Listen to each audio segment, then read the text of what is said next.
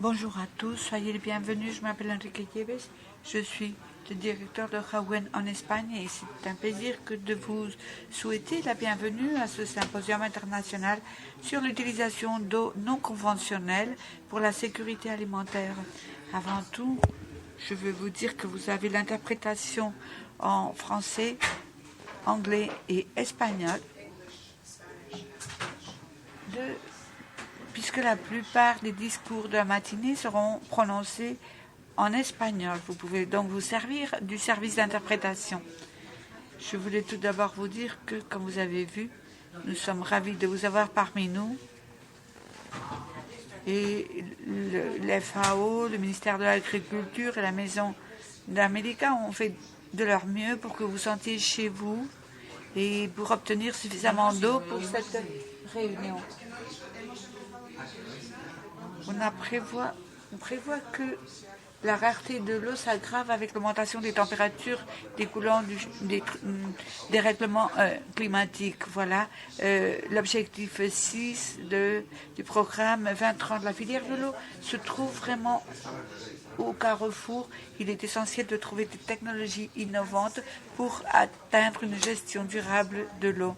Dès lors, l'Organisation des Nations Unies pour l'alimentation et l'agriculture, la FAO, et le gouvernement de l'Espagne, à travers son ministère de l'Agriculture, de la pêche et de l'alimentation, ont organisé ensemble ce séminaire international dont les diverses séances nous permettront d'écouter des experts venus du monde entier pour discuter de technologies d'avant-garde appliquées aux ressources en eau non conventionnelles. Avant de donner la parole au premier orateur de la matinée, je tiens à vous rappeler, si vous souhaitez, nous avons la Wi-Fi Casa América Anfiteatro, Casa América Anfiteatro et le mot de passe Anfiteatro en minuscule.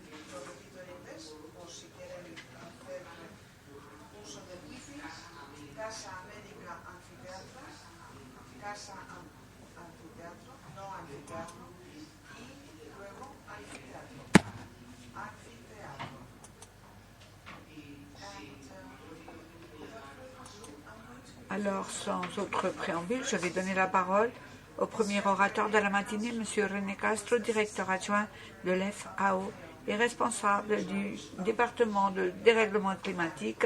Je ne dis pas tout le nom de son poste parce qu'il est beaucoup trop long.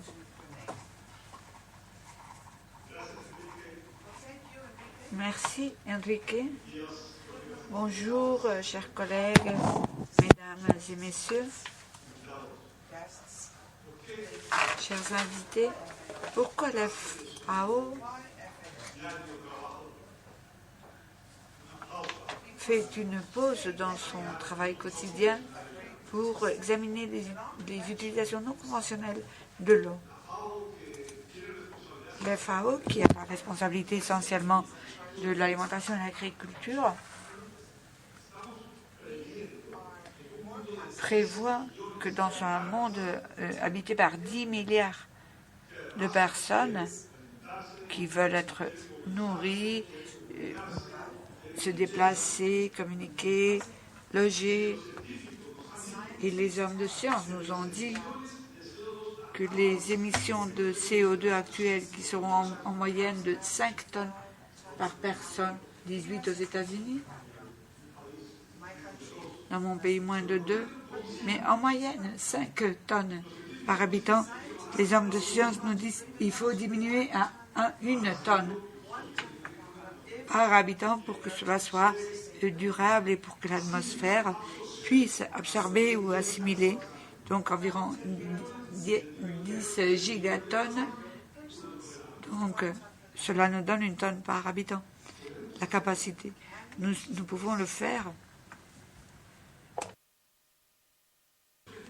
Les premiers exemples, oui, la réponse est oui, mais nous devons améliorer l'utilisation des fertilisants, des pesticides et surtout l'emploi de l'eau. Nous avançons dans cette direction? Eh bien non. Nous avançons plutôt vers les 4 degrés Celsius de réchauffement, ce qui serait une catastrophe pour l'humanité et très loin de la cible de 1,5 ou 2. Alors qu'il faudrait diminuer à 1 tonne par habitant. L'accord de Paris nous permettrait de réduire le réchauffement climatique à 3 degrés si on le respectait. Est-ce qu'il est respecté? Eh bien non. Les pays sont très loin d'approcher les cibles, les buts que nous sommes marqués. Mais permettez-moi de vous donner des exemples qui nous inquiètent dans notre matière. Je vais passer à l'anglais pour faire plaisir à l'audience. Par exemple, dans l'actualité, 7,5% de la population mondiale utilise de l'eau dessalée, de l'eau marine dessalée, et ce pourcentage va augmenter à 10%. Dans ce pays, il y a une expérience à ce niveau-là quant à le dessalage et l'utilisation d'eau dessalée. Mais ceci va constituer un défi pour le monde. Par le passé, il était impensable que l'eau dessalée puisse être utilisée pour l'agriculture. Elle n'était disponible que pour des cultures très rentables. Et nous avons eu des succès réussis autour du monde, dont dans le sud de l'Espagne. La récupération des eaux pluviales et son accumulation est très pertinente, notamment pour l'agriculture. Être capable de stocker de l'eau pendant les périodes d'abondance, pour les moments de rareté, est un élément essentiel de la gestion de notre écosystème. Dans certaines régions d'Australie, jusqu'à 80% des eaux pluviales sont collectées et stockées pour des utilisations futures. L'Israël et l'Espagne sont également des pays leaders dans l'application de la récupération des eaux de pluie. La récupération de l'eau de la brume a été mise en place avec succès sur tous les continents. Elle a fourni de l'eau douce pour les activités agricoles. La récupération des brumes permet d'obtenir des débits de jusqu'à 6300 litres par jour ou même de 100 par jour. Certains jours, par exemple, à El Toro, au Chili. Environ 10% du total de la surface terrestre irriguée reçoit des eaux usagées traitées ou partiellement traitées dans 50 pays.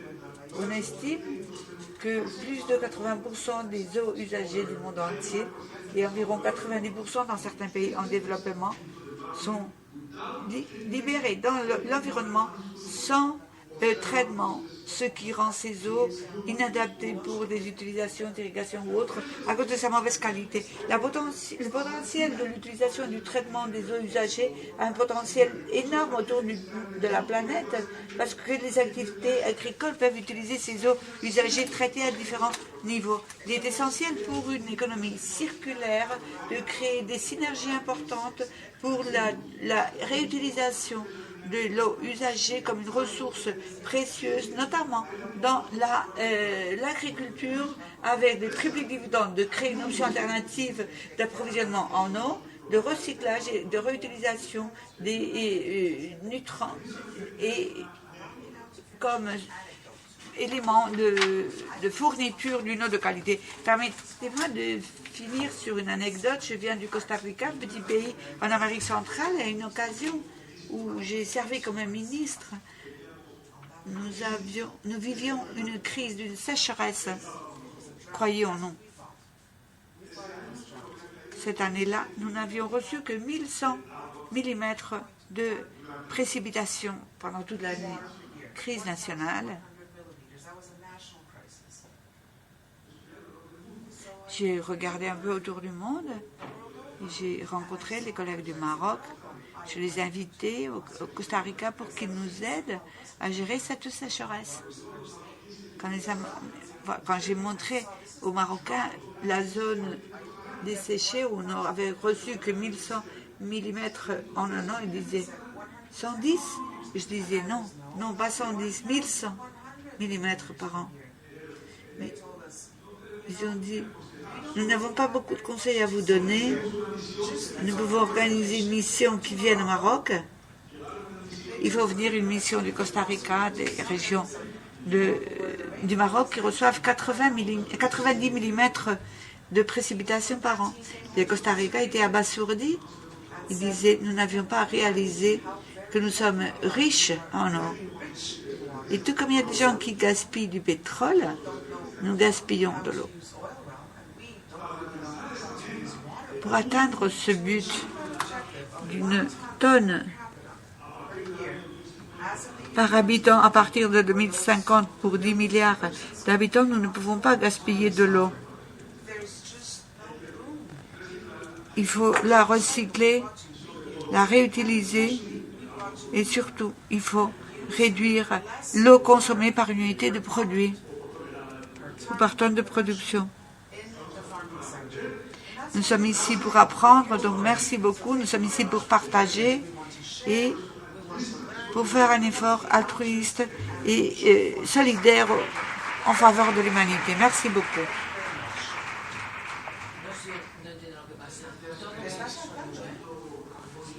Merci beaucoup René et j'invite maintenant Daniel Gaillard, vice-président du cadre global pour la rareté de l'eau dans l'agriculture. Daniel.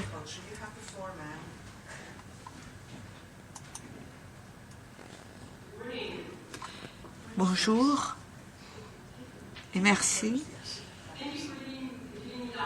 de me donner l'occasion pendant ce symposium très important de vous souhaiter la bienvenue au nom du cadre pour la gestion et de l'agriculture et le bouleversement climatique ou WASAG.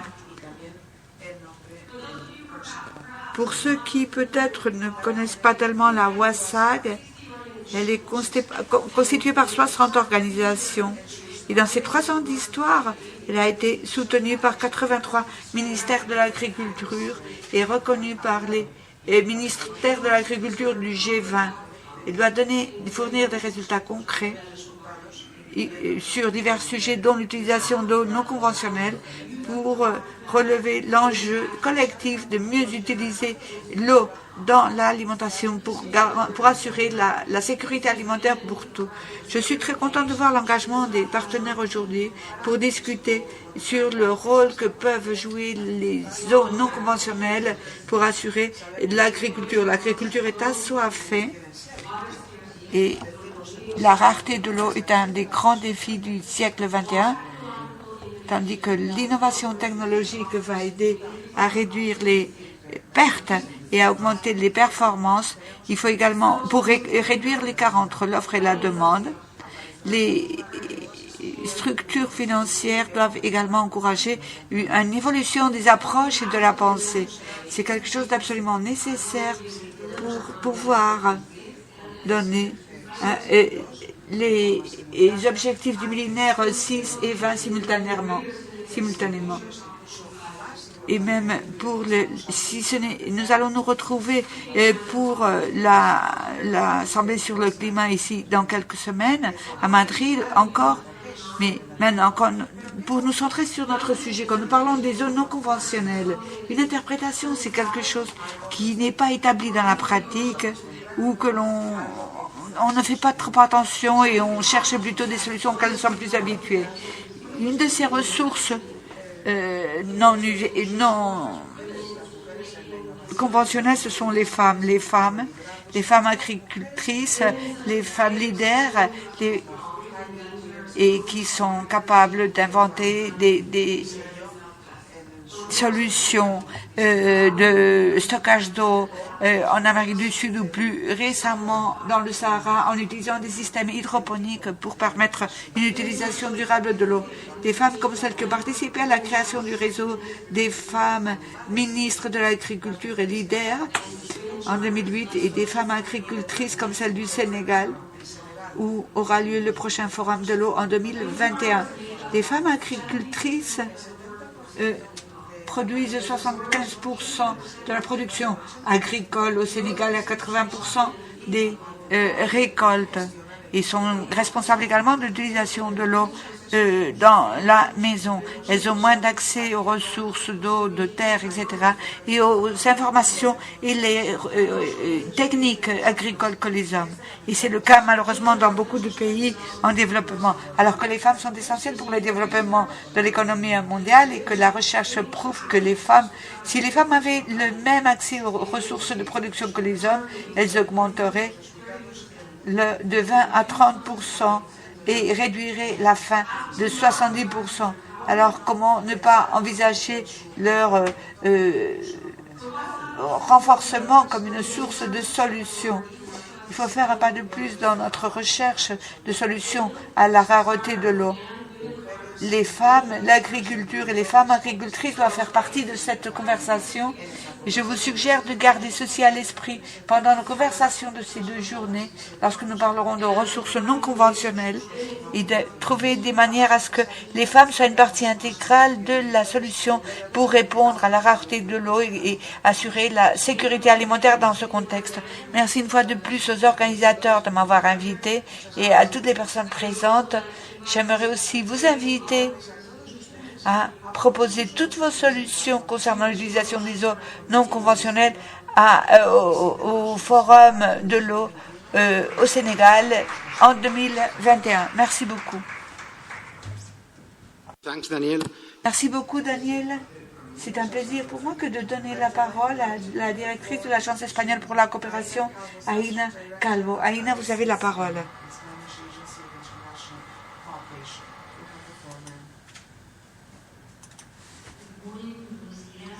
Bonjour à tous. Monsieur le directeur du bureau de l'FAO en Espagne, monsieur le directeur adjoint de l'FAO et madame la vice-présidente du cadre global, la sous-secrétaire et le directeur de Casa de América qui nous accueille comme toujours. Bonjour, c'est pour moi un plaisir de pouvoir partager cette inauguration avec vous. Je remercie vraiment que vous nous ayez invités à participer.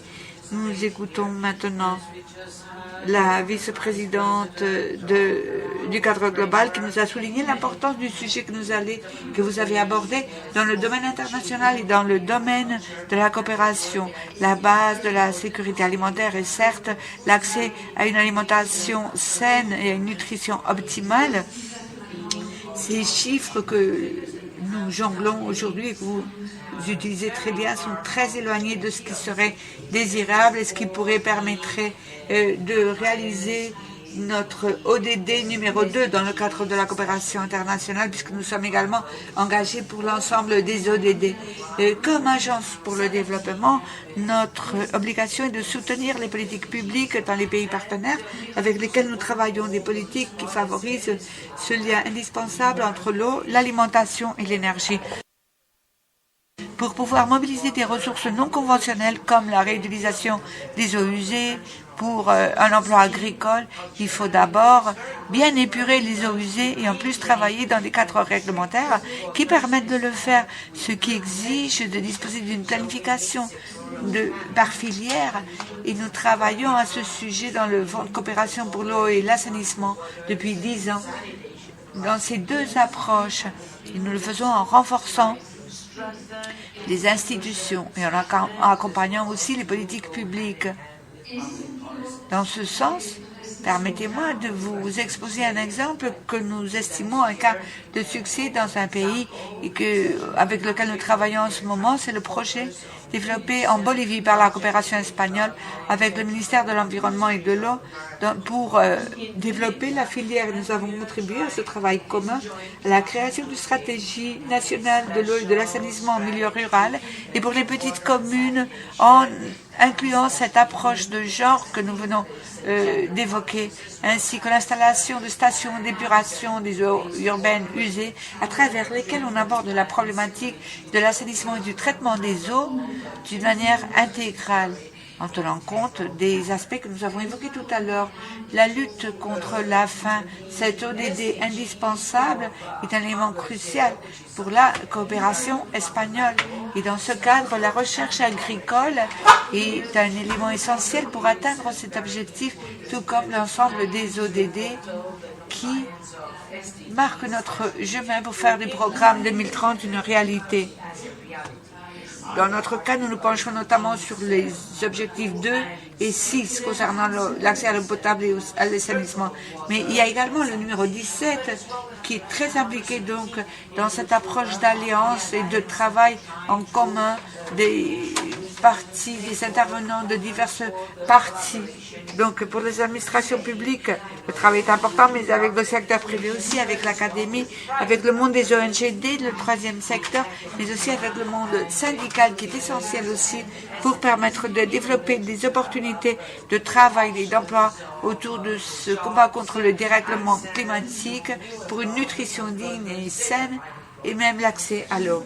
Dans ce sens, comme coopération espagnole, et j'en finirai là, nous croyons qu'une bonne pratique, et je m'adresse là à notre représentant de la Commission européenne, et le programme Euroclimat Plus, nous avons eu la grande chance de participer et qui constitue une bonne pratique concernant la création d'une alliance mondiale pour la lutte contre le dérèglement climatique et qui contemple une multitude d'acteurs des différents pays de l'Union européenne qui l'intègrent, avec le financement de la Commission et bien sûr la participation directe des 17 pays d'Amérique ibérique et des Caraïbes où ces actions vont être menées.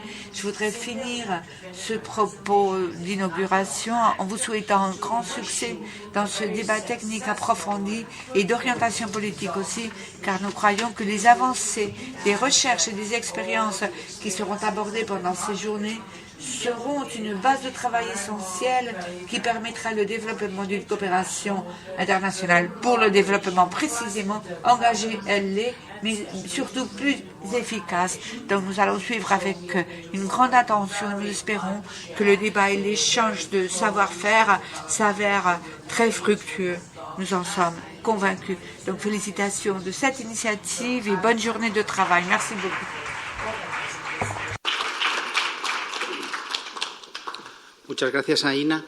Merci beaucoup, Aïna. Je cède maintenant la parole à Maria Dolores Ocaña Madrid, sous-secrétaire ministère de l'Agriculture, la Pêche et l'Alimentation de l'Espagne. Vous avez la parole.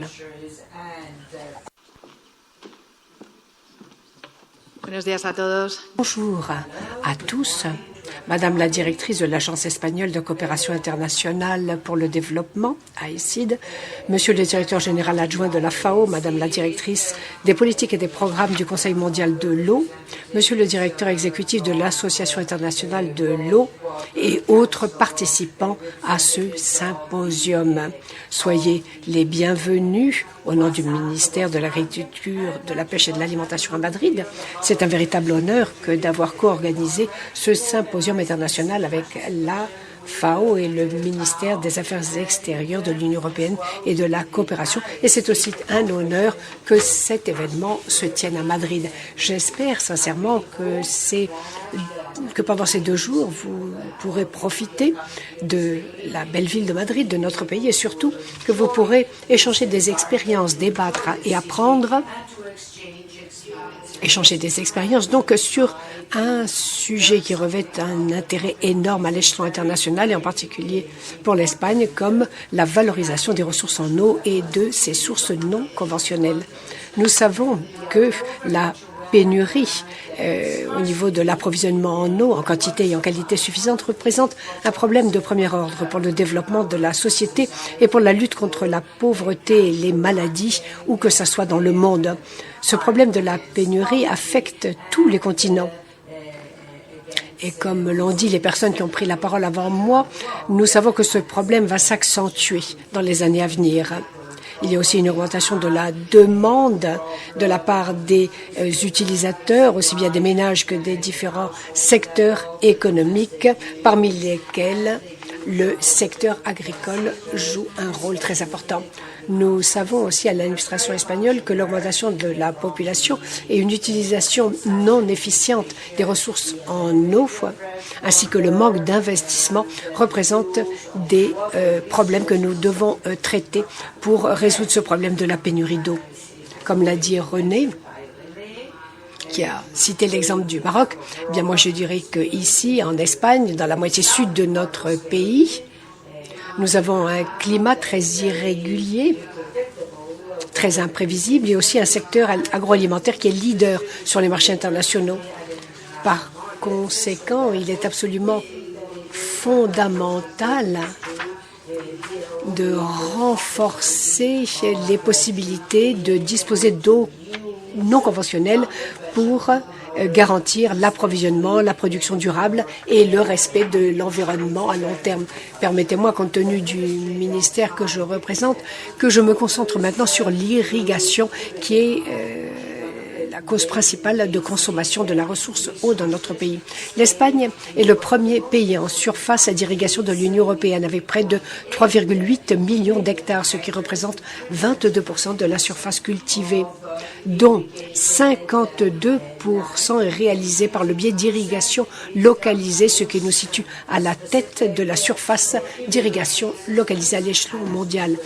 Conscient du contexte actuel, nous savons que le développement de la politique en matière d'irrigation doit être réalisé de façon cohérente avec les défis qui nous sont posés et conformément aux accords internationaux assumés par l'Espagne dans le cadre de l'agenda à l'horizon 2030 des ODD de l'accord de Paris sur le changement climatique.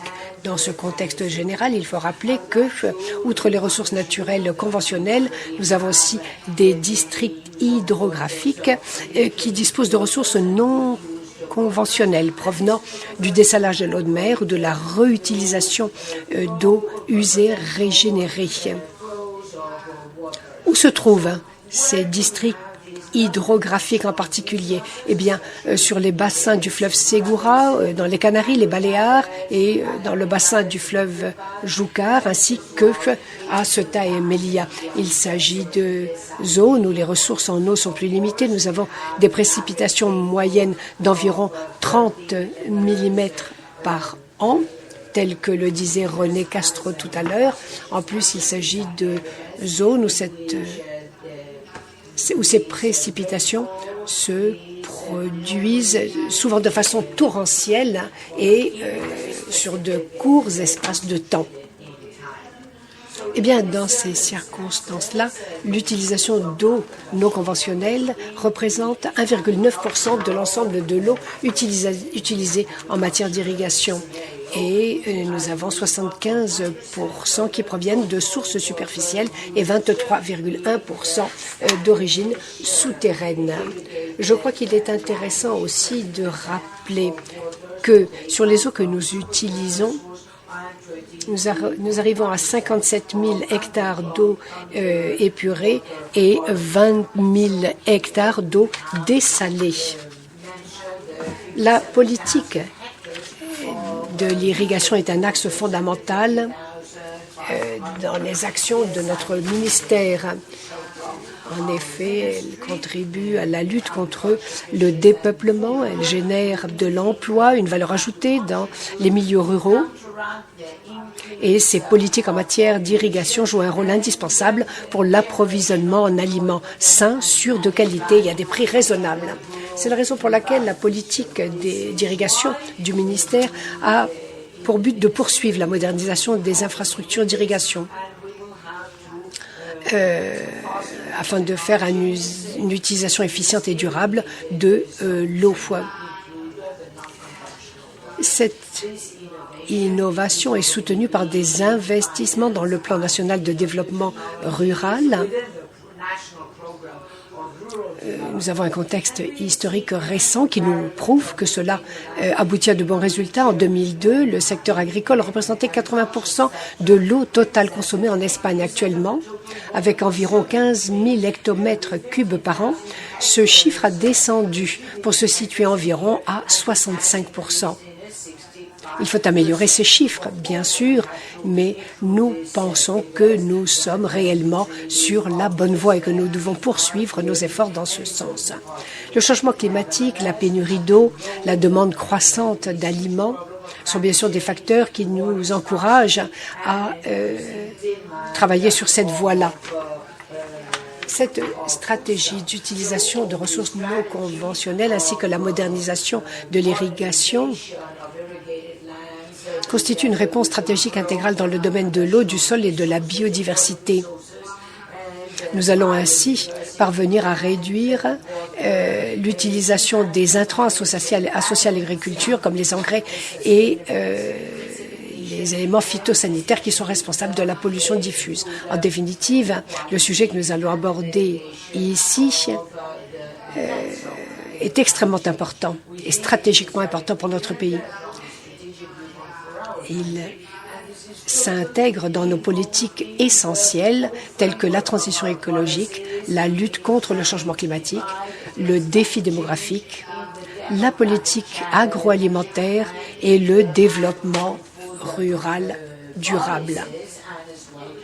Je tiens à terminer cette intervention en remerciant Danielle pour ces mots, les mots qu'elle a prononcés concernant les femmes dans l'agriculture et le rôle de celles-ci. En Espagne, cette participation de la femme est un axe fondamental dans les politiques horizontales dans tous les ministères. J'aimerais insister sur ce point-là ici. L'intervention de la femme est un axe fondamental dans notre politique. La directrice générale participera à la clôture de ce symposium et nous avons cette expérience. Les femmes ont un rôle absolument fondamental à jouer dans le concept de l'innovation. On pourrait penser que en Espagne, dans une démocratie consolidée, l'égalité est garantie par la loi et est intériorisée. Mais dans le monde rural, je dois dire qu'il s'agit encore d'un défi. La femme doit assumer un rôle important.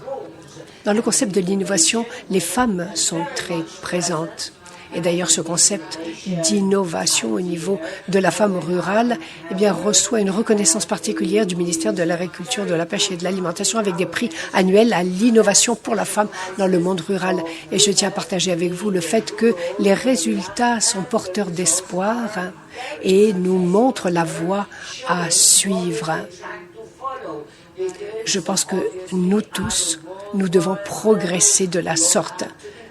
Donc, je remercie Madame Gaillard de cette intervention et j'espère que nous allons tous progresser sur cette voie-là. En tout cas, nous nous y engageons avec cet instrument pour renforcer les zones non conventionnelles. Nous voulons parvenir aux ODD 2 et 6 en particulier. J'espère que nous y parviendrons et que nous arriverons à éliminer la faim et à garantir l'accès de tous à l'eau et à l'assainissement de là à 2030. Je vous remercie de votre assistance. C'est un honneur pour moi que d'être ici et de partager avec vous cet événement qui est extrêmement important. Merci.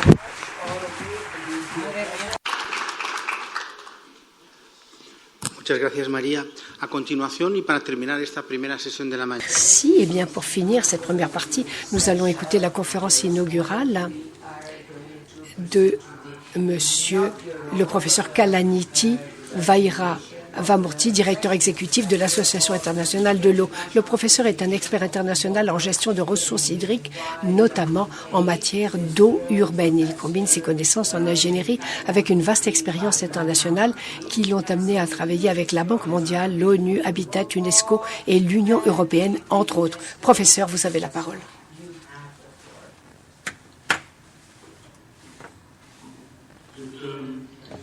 Bonjour, mesdames et messieurs. Merci beaucoup de m'avoir invité à cette séance. Je viens de l'IWA, donc l'Association internationale de l'eau, qui se concentre en particulier sur les besoins en eau des villes. Et j'aimerais partager avec vous nos réflexions en matière d'eau. Je pense qu'il y a beaucoup de parallèles avec ce dont nous avons déjà débattu ce matin. Lorsque nous pensons à la façon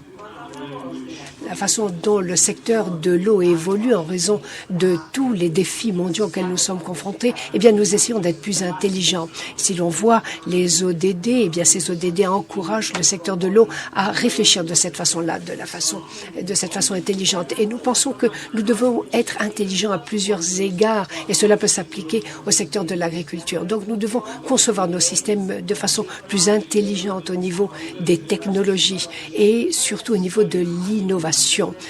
Voilà, comment traiter les incertitudes. Nous savons qu'il y a de nombreux défis dans le monde, mais qu'il y a aussi des incertitudes. Donc, les systèmes doivent pouvoir s'adapter beaucoup plus beaucoup plus facilement à un monde qui évolue. Nous devons aussi travailler de façon beaucoup plus distribuée, de façon beaucoup plus avancée.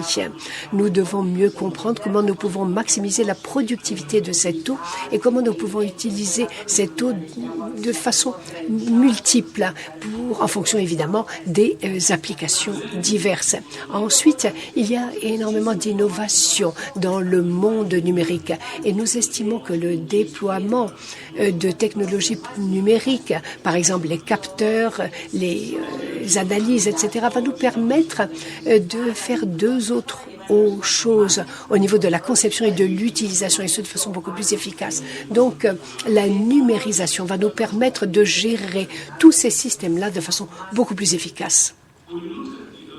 Lorsque l'on voit le secteur de l'eau urbaine et le secteur de l'agriculture, eh bien, cela nous amène à nous poser la question suivante. Que voulons-nous que l'eau fasse pour nous? Et comment gérer la quantité et la qualité de l'eau dans ses utilisations. Donc nous passons de cette notion où il faut utiliser donc de l'eau de haute qualité à tous égards et nous dire nous pouvons utiliser aussi de l'eau d'une qualité marginale en fonction de certaines utilisations. Donc cette utilisation productive de l'eau a changé énormément la façon dont nous faisons les choses. Nous voyons le développement de technologies qui nous permettent de créer ce que nous appelons ici de l'eau conçue de certaines façons. Donc on produit de l'eau de différentes qualités, par exemple une qualité pour l'irrigation, une autre qualité pour les aquifères, d'autres qualités pour les utilisations industrielles. Donc, nous essayons de comprendre quels sont les niveaux de qualité requis et donc de produire de l'eau en fonction de cela. Des études ont lieu aussi sur la façon dont on peut utiliser l'osmose pour traiter les eaux usées et aussi comment est-ce qu'on peut faire de l'eau de dilution afin de réduire les coûts, par exemple, de dessalage lorsque l'on fait de l'osmose inverse. Donc, les eaux usées ont un certain potentiel dont nous devons tenir compte. Les grands changements que nous avons vus sont la façon dont on passe en revue le cycle de l'eau.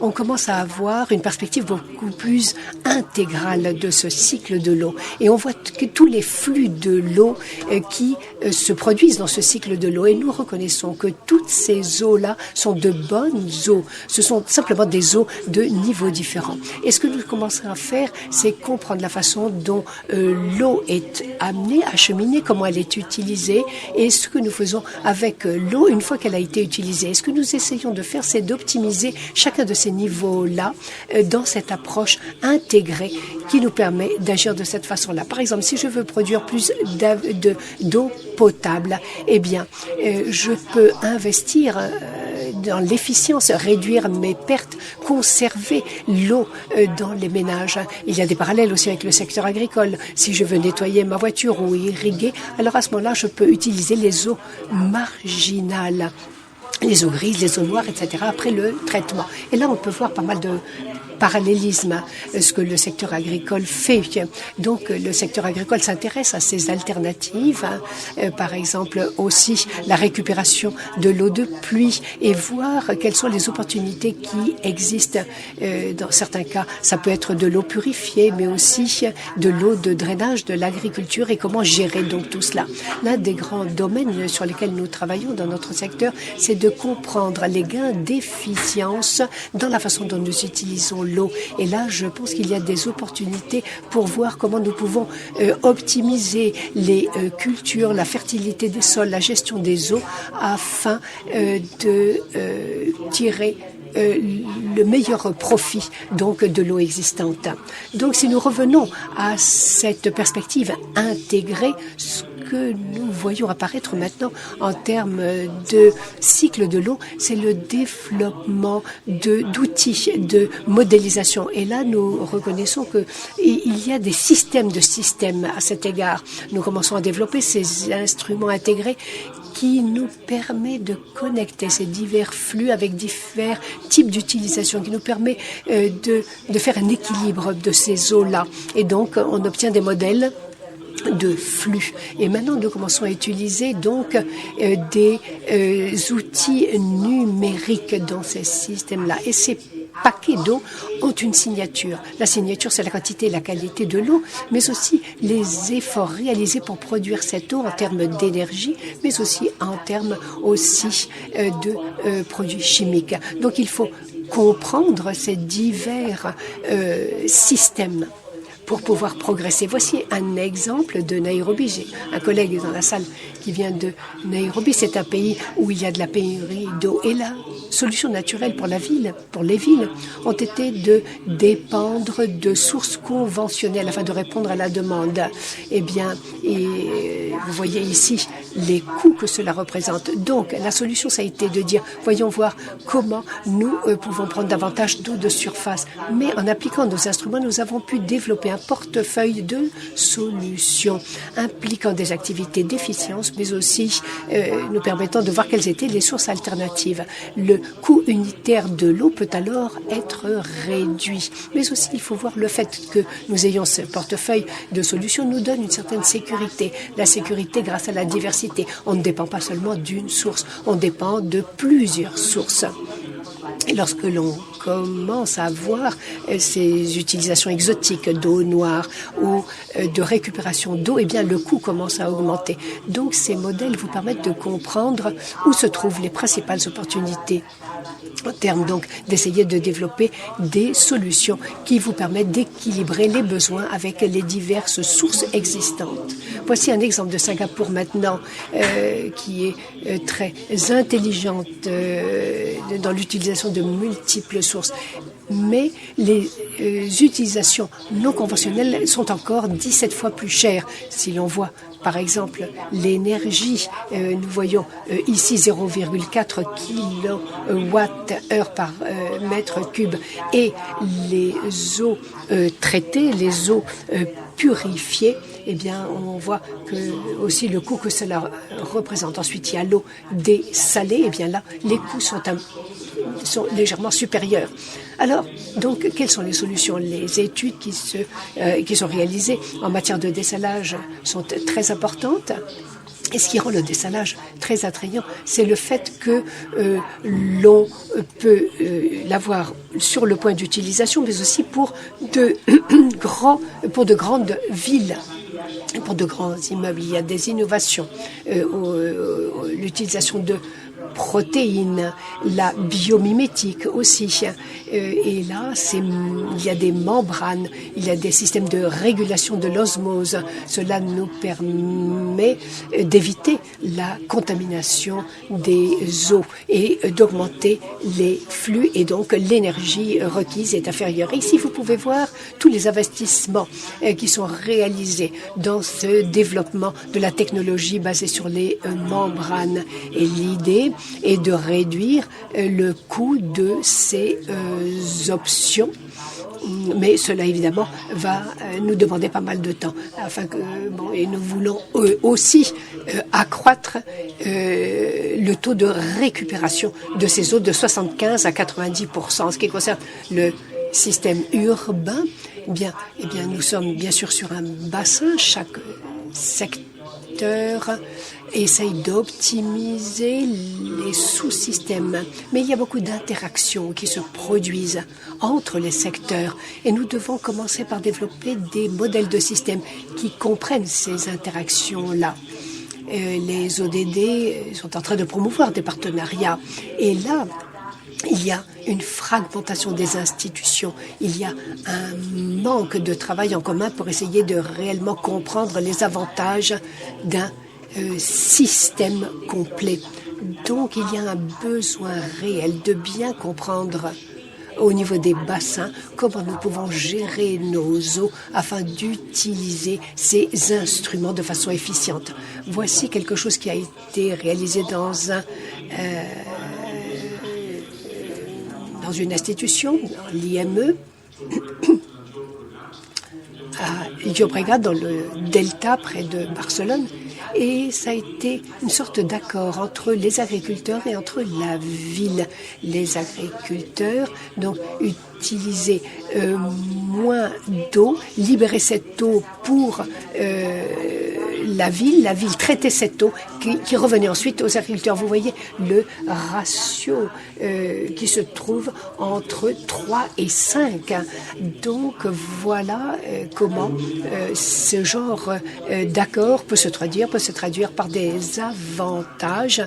Et donc il y a tout avantage à réduire les barrières parce que cela a un effet multiplicateur, comme vous le voyez ici à l'écran, qui peut atteindre le facteur 5. Donc il s'agit d'essayer de gérer les eaux de façon efficace afin de s'assurer que tout le monde ait accès à l'eau.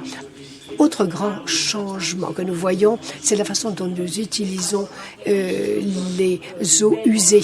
Auparavant, c'était considéré comme un fardeau qu'il fallait traiter, etc. Mais maintenant, nous reconnaissons qu'il y a beaucoup de choses à cet égard que l'on peut être fait. On est en train de réaliser qu'il y a beaucoup d'opportunités de tous ces flux et que nous devons combiner de façon agro-industrielle la façon de gérer ces eaux afin de maximiser les opportunités, par exemple, pour la production de nutriments ou de fertilisants et pour la réutilisation des eaux. Donc il y a énormément d'opportunités d'avoir une approche plus intégrée de la gestion des flux, des différents flux d'eau.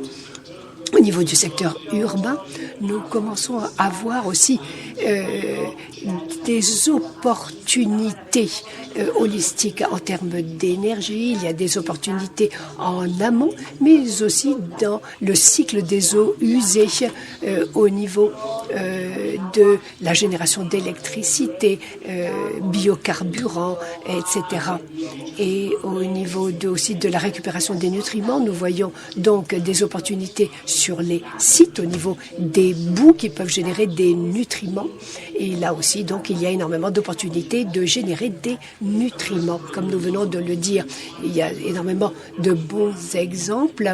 L'OME a publié certains de ces excellents exemples de la façon dont on utilise ces différents flux pour créer de la valeur. Voici par exemple en Jordanie, l'élévation nous permet d'avoir des turbines pour générer de l'électricité.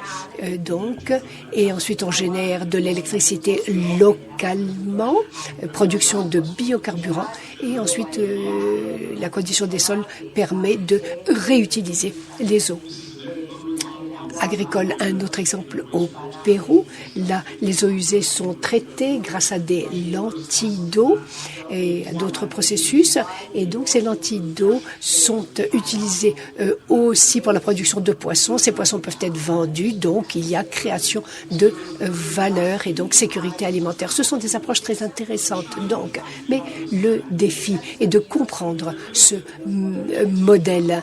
On peut prédire combien de nutriments, combien d'eau, combien d'énergie on peut générer, mais on ne comprend pas réellement les modèles qui nous permettent de réaliser toutes ces opérations. Donc, quels sont les clients de ces produits? Si je génère des nutriments, est-ce que ce sont des agriculteurs ou des sociétés qui vont acheter ces fertilisants? Quelle est ma proposition de valeur? Donc, pourquoi est-ce qu'ils vont m'acheter à moi et pas à d'autres personnes? Parce que ma production est meilleur marché, parce qu'elle est plus propre. Et ensuite, combien est-ce que cela me coûte à moi de faire cette proposition de valeur à ces différents segments de clients? Et est-ce qu'il y a suffisamment d'argent pour aller de l'avant dans ces plans? Le financement n'est pas toujours présent. Voilà, il faut lancer toutes ces innovations et qu'elles dépendent moins des capitaux. Par exemple, ici, nous voyons la façon dont certaines choses sont précipitées. Et bon, certaines personnes pensent que l'argent vient des fertilisants, mais la grande partie de l'argent réalisé ici, c'est grâce au fait qu'il y a des systèmes qui permettent de prévenir la pollution.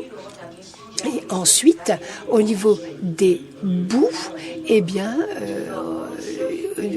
on arrive à récupérer donc de l'eau. Et la plupart de l'argent dans ce système provient des opérations réalisées et de la réduction dans l'élimination des boue. Et donc, cela produit des fertilisants et cela a bien fonctionné dans certains contextes spécifiques. Voilà la production aussi de palettes. Voilà aussi le fait que on offre des services et ces services sont utiles. Donc il faut bien comprendre tous ces contextes-là.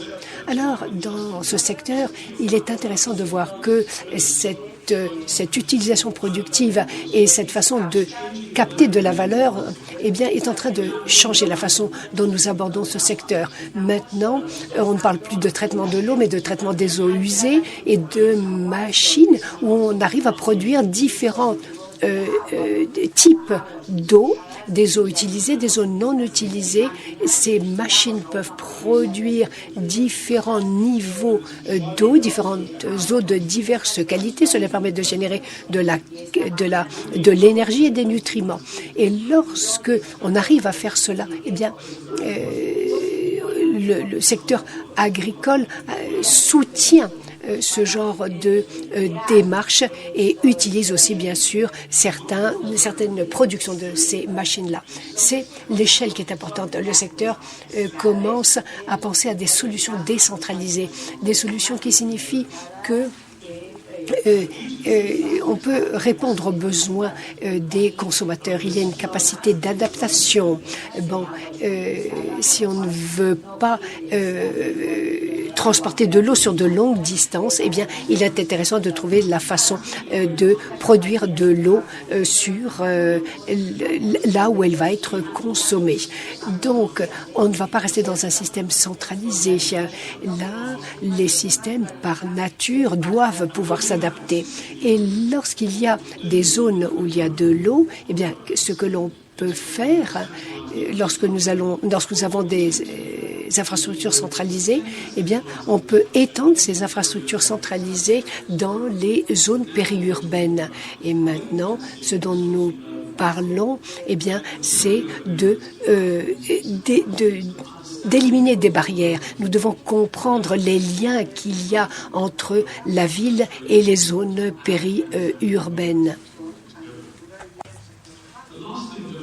La dernière chose dont je souhaite vous parler, c'est la vitesse à laquelle les nouvelles idées paraissent dans notre filière, qui est très lente. Le secteur de l'eau a été très conservatif pour des raisons rationnelles. C'est des risques pour la santé publique, nous avons des budgets très serrés, mais il y a beaucoup de coûts associés aussi pour obtenir l'innovation. Nous devons beaucoup investir pour commencer, mais voilà un exemple ici.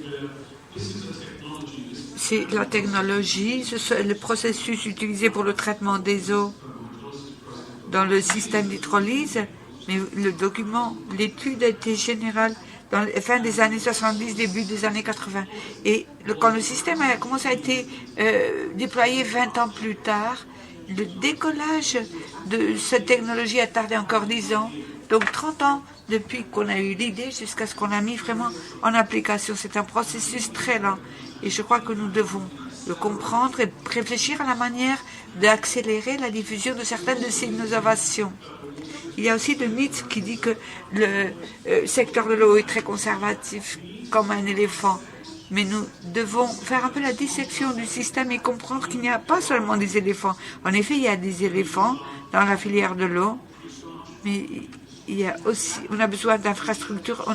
Nous avons des infrastructures concrètes qui ont des délais d'investissement très longs, des horizons très longs, des cycles de vie très longs. Donc il est vrai que dans la filière, il y a beaucoup d'éléphants, mais il y a aussi d'autres choses.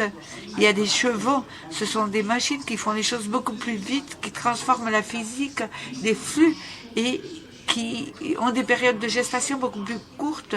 Et donc les cycles d'innovation s'accélèrent et ensuite vous avez ce que nous appelons donc les chats qui ont des vitesses très rapides d'innovation, des contrôles numériques qui permettent de faire des choses beaucoup plus vite, améliorer la performance énergétique, des contrôles plus précis. Donc, il faut comprendre que le secteur de l'eau n'est pas homogène. Nous pouvons avoir les professionnels formés pour se consacrer à l'acquisition de ce type de technologie, pour se former à ce type de technologie, au lieu de permettre aux éléphants de contrôler la façon, donc tout le cycle d'innovation. C'est ce que nous faisons à l'AW1, c'est de demander une plus forte horizontalisation des éléments que nous avons et de comprendre que nous avons différents types de personnes qui travaillent dans les différentes filières et de chercher donc toutes les innovations de l'eau, capteurs, analytiques, etc.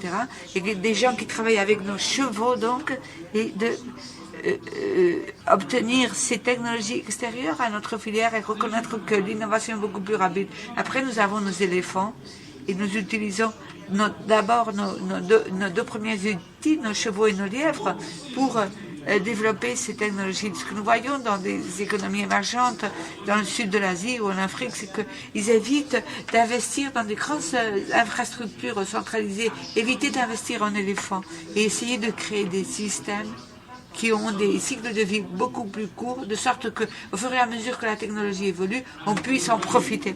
Et la clé, et c'est ce que fait l'AWA, c'est nous avons d'une part des recherches qui se font, puis nous avons dans la pratique réelle et qui ne s'intéressent pas trop à l'évolution, mais au milieu nous avons des recherches qui ont un pied dans le bateau de la pratique et des hommes de la pratique qui ont un pied dans le bateau de la recherche. Et si nous sommes capables d'identifier des leaders d'opinion des deux groupes, nous pourrons accélérer la diffusion de l'innovation. Parce que nous sommes une organisation qui va essayer de le faire d'une manière systématique. D'avoir une plateforme de l'innovation va vraiment accélérer la reprise de ces nouvelles idées. Et j'aimerais finir. J'utilise toujours cette image dans toutes mes présentations. Je crois que nous pouvons rester dans la voie de continuer comme toujours, parce que le changement est très difficile, mais le nombre d'habitants qu'il y aura sur la planète associé au dérèglement climatique, eh bien, en ce moment, c'est que nous essayons de faire plus dur, nous sommes au milieu, nous essayons de faire mieux marcher nos systèmes, mais ce que nous pouvons faire pour les optimiser est très limité. Alors nous avons vraiment besoin d'un changement de paradigme et penser d'une manière petite et créer des systèmes adaptatifs capables d'évoluer, de réfléchir à la façon dont nous utilisons l'eau et utiliser cette innovation notamment dans l'espace numérique comme une manière de nous permettre de faire tout cela. Voilà la conclusion de ma présentation. Merci beaucoup.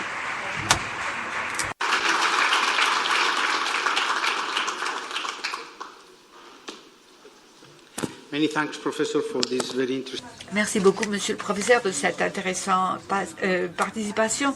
Et nous arrivons ici donc au dernier morceau de ce matin. Je vous invite à faire une petite pause café. Il y a du café au fond de la salle pour prendre un peu de souffle.